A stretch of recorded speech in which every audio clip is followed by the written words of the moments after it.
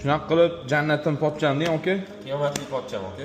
Qiyomatli pochchangiz gap yo'q lekin 1 2 3 4 5 6 7 8 9 har juma berildi dedingizmi? Shunaqa opamga har juma berilishlar. Nechta juma yashashgan aka? 300 ta bormi? 300 tami? Gap yo'q lekin. Mashalloh. Nima sotasiz o'zi aka? Kontrakt to'lashim kerak o'qishimga olib. Hammasi 1 grammdan ekan. Har juma 1 grammdan 309 proba slitka beradi-da. Shunaqa aka. Gap yo'q lekin kalla yomon ishlagan ekan. Nima ish qiladi o'zi? Tillachimi yoki?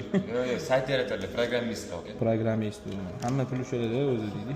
Shunaqa. 300 ta bo'lsa, u 300 grammmish, normalniy yig'ib qo'yibdi. Hisoblaychi kontraktimga yetarmikan? Sizda nima qilib yuribdi bu slitkalar aka? Shu kontrakt to'layman aka, o'qishdan haydalib ketmay. Pochchamni davrada yashaydi.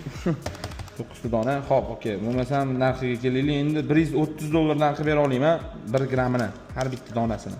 Donasi 130 so'm to'g'ri? 130 dollar. Hop, kurs 12 mingdan hisoblaganda 1 million 560 mingni ko'paytiramiz. 9 ta dona sizda aka. 14 million 40 ming so'm bo'pti. 14 million 50 ming qilib beraman aka, agar sizga ma'qul keladigan bo'lsa.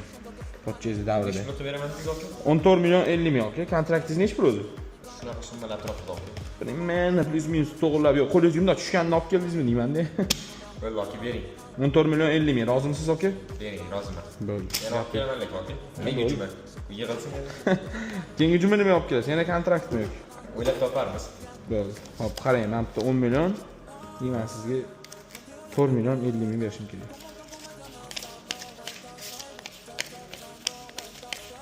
Mana aka, men bitta kelishilganda 4 million 50 ming, o'kishi 14 million 50 ming aka.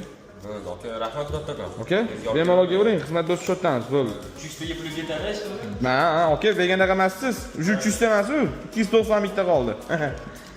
Agar sizlarda ham shunaqa tillaylar bo'ladigan bo'lsa, qimmatroq narxlarda sotmoqchi bo'lsanglar, bemalol pastdagi nomerlarga aloqaga chiqib, tillaylarni qimmat narxlarda sotib ketsanglar bo'ladi.